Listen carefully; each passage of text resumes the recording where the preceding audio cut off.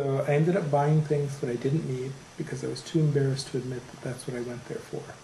And when she hands me the receipt and my change, there's a little piece of paper, and I open it up and it has the name Rob with a phone number.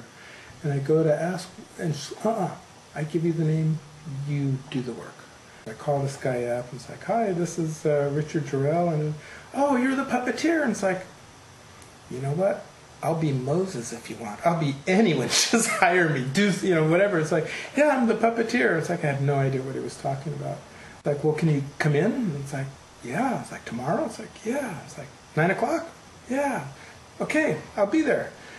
I run out, buy a portfolio, which I found out later I still had the price tag on.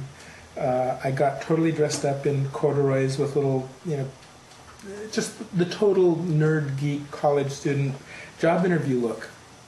Way before its time. I'd say I was ahead of my time being stylish, but I was just a total geek.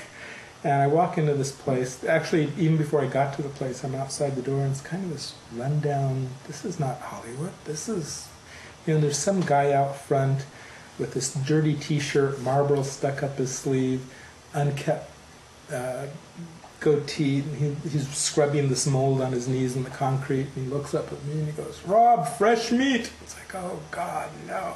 Everyone stops and they come running around, and he has this antique barber chair in front of a table in the middle of the studio, and everyone sits around. That's where he holds conferences. So, okay, let's see. So I give him my portfolio, everyone's looking, and there wasn't much there. And half the people laugh and they leave. It's like, oh man, Norman, new guy.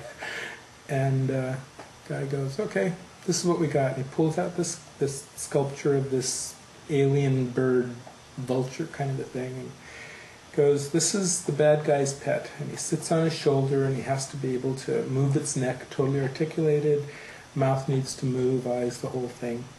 How much, how long? No, this is all in my head. No. I work for you for free.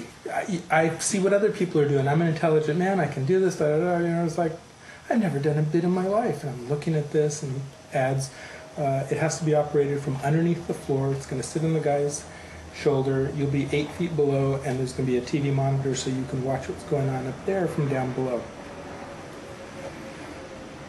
$300, 3 days? And he looks at me like, what? Everyone else laughs and leaves, so it's just him and I. And it's like, 3 days, $300. You're going to build this. Thinking, oh God, wrong answer. You know, I already saw my epitaph, which is the joke in Hollywood. The main thread is, you'll never work in this town again. Mine was just going to read, he never worked in this town, period. It's like I'm thinking, I got to be strong here. I've gotten this far. Stand up, be counted. Nope. 3 days, $300. Can't do it any faster, any cheaper. 3 days later, I don't even remember what it cost me to build. Probably a lot of scraps and stuff that I had in my own shop, because I was making the model airplane, so I had some stuff and could do fiberglass and metal work.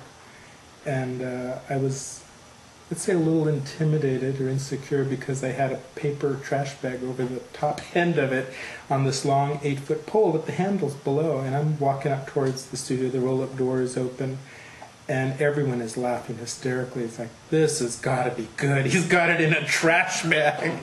So I show up, and everyone's sitting, and I undo it. Everyone's dead silent. And it's like, oh no, this is not what they wanted.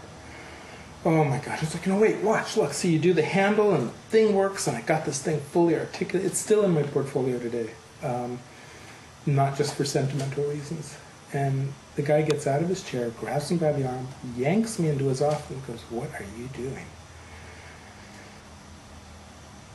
Mind you, in my head, it's like, you have nothing to lose. He hasn't paid you. There's no contract. Murder is illegal, the last time I heard it. Working for you? It's working for me. It's like, yeah. It's like, when can you start? It's like, tomorrow? 9 o'clock? It's like, yeah. You're going to be here working for me tomorrow at 9 o'clock. Yeah. Okay, see you tomorrow. I got a job. Holy moly. My first film was the Power Rangers movie, and at that time I was married. Had no idea what it was. I was just working in the movies. And went home, and my ex-wife says, what are you working on? It's like, I don't know, some Rangers thing. And it's like, Power Rangers? Like, yeah, that's it. It's like, do you know what you're working on? It's like, no? Is this good or is this bad? And wanted to know if I wanted to do a bid on doing the helmets for the Power Rangers. And I said, yeah. It's like, okay, I'm going to do the bid. It's like, you could have had $3,000 in 3 weeks and I wouldn't have expected the work that you did. The place that I had gone to was Berman Industries, and this was Rob Berman. That was his mother.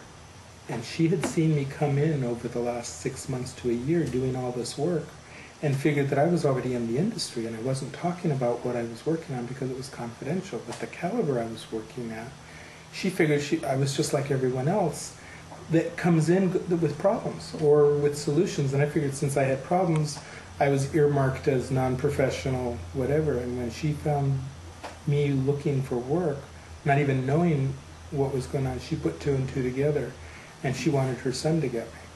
Her son was looking for cameras, thinking that this was a setup, like America's Funniest Videos or something, because who in their right mind would do something like this for $300 in 3 days and then say he'd work for you? It's like, okay, where's the punchline? What's going on? Which is why he grabbed me. I don't remember how long after I worked on the film, but I got an invitation to the premiere. And it was at exactly the same theater that I saw Star Wars in 25 years before. Don't put blocks in front of your dreams. And this is what I do now. And it's gone on beyond that. Toys from Mattel, kinetic sculptures, which I love, and doing a city installation. That's, I still haven't, it hasn't totally sunk in, but I'm surrendering to it. It's pretty cool. I love my job.